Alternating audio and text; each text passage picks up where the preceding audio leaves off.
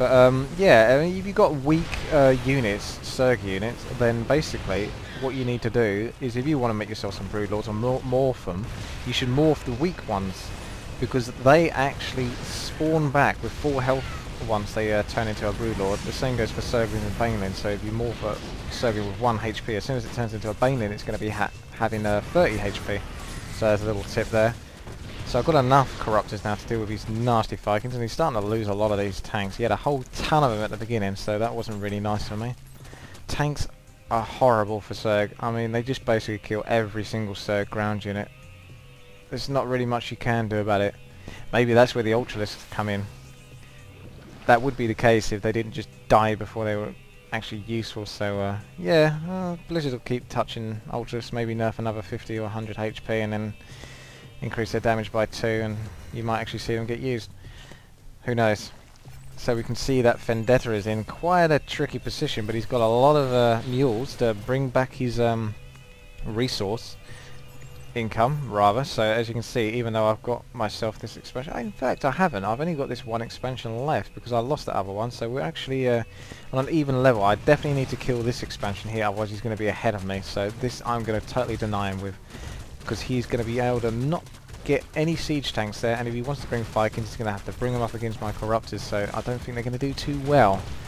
So he's only got this one orbital command, whilst I've only got my one natural expansion. Now, I haven't saturated much, so there's tons of minerals left there. He's got less minerals on his own, so really all I need to do is just keep him at that expansion whilst I'm at my expansion, and I should eventually be able to get more minerals than him. So I'm going to stick to Broodlords and Corruptors because, to be quite frank, it is the only thing that Zerg really have to beat Terran with when it comes to late game. I can't really see at this point many Zerg units being useful against siege tanks or Vikings. So just scouting around, need to make sure that there's no other expansions going down.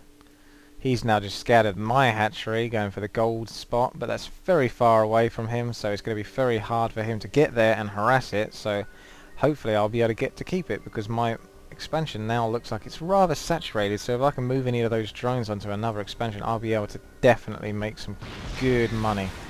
So we've got the Corruptors. I'm using all of my corruption ability on them. I believe it's called corruption. Yes, it is. That increases the damage that the unit takes by 20%, so that's a useful ability that the Corruptors have, definitely, without a doubt. I like that ability. It's a bit Warcraft 3-ish and not so much Starcraft 2-y, but it's good. It's good. So we can see my Broodlords picking off whatever they can. Siege tanks ain't going to be able to do nothing in this situation. In fact, I might argue that he should have just sent the siege tanks off. Would be like, screw it, you know. Probably going to lose the siege tanks throwing them out there, but they're not going to be able to do anything against air, so as you can see, I've comfortably got way more Corruptors than he has Vikings now, so I've managed to outproduce him. This means that I should be able to secure victory at this point, unless he can pull anything out of the bag. But I don't think he's making anything, is he? He's only got another couple of Vikings along the way. You can see I'm constantly making broodlings as I'm attacking. That's interesting. So, what do we see? Not much left now. Nope. I've now got my expansion up. My queen is going to be bringing the pain to these Hellions. How many can she kill? She's got 3 kills so far. Can she kill another one? Can she get away with it before she goes down? Will she do it? Yes, she does! Oh my god, 4 kills. Wow. Wow.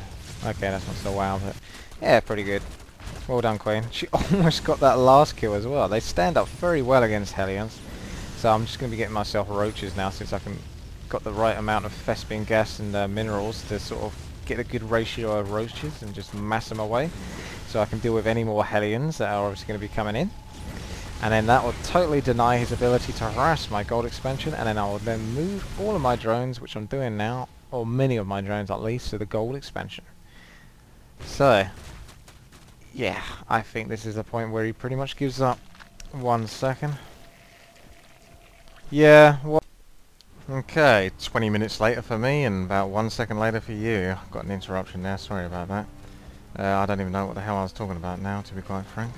But enjoy the chat, because it doesn't last for long before the game ends. So as you can see, look at the mini-map. use tons of creep tumors spread all over the place. Gives me so much more range of vision of what it is the Terran's going to be doing and when he's going to be doing it. So make sure you do that if you're a Zerg player. So also, yeah, the other little problem I was having was a black minimap of death. I've had this happen 3 times in my games. Currently rank 9 in Diamond. This guy was rank 4 in his Diamond division. You no longer have division numbers like Division 1, Division 2. You have division names like Feld Delta is the one I'm in. Whatever the hell that means, but I suppose that's to stop people from saying, oh, I'm in Division 1, you're in Division 126, I'm clearly much better than you, even if both players are the same rank. So I think that's Blizzard's deal with that. And the black minimap of death thing I was talking about is basically when your minimap is completely black, and if you click on it or try and do a rally point to it, it always sends a unit like right to the bottom right. You can't see anything, you can't do anything with it, you have to basically move with your mouse, scroll.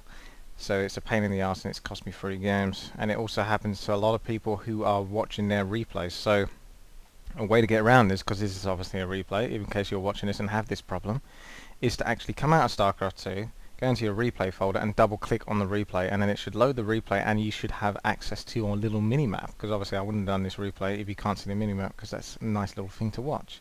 So thank you very much for watching. This has been Woody. Please subscribe, rate and comment. Bye bye.